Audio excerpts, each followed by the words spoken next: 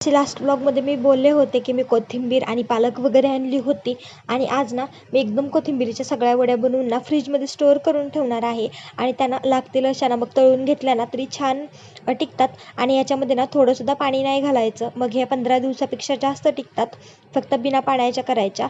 आणि ना मग कोथिंबीरीचं पीठ वगैरे असं मळून घेतलं कारण त्याच्या वड्या बनवायच्या होत्या.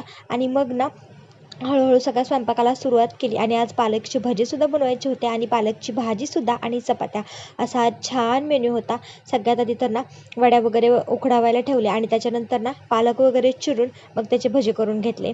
आणि खरंच ना पालकची भजी ना सगळ्यात बेस्ट होतात. अगदी कांदा भजी आणि बटाटा भजीपेक्षा सुद्धा पालकची भजी एकदम छान लागतात.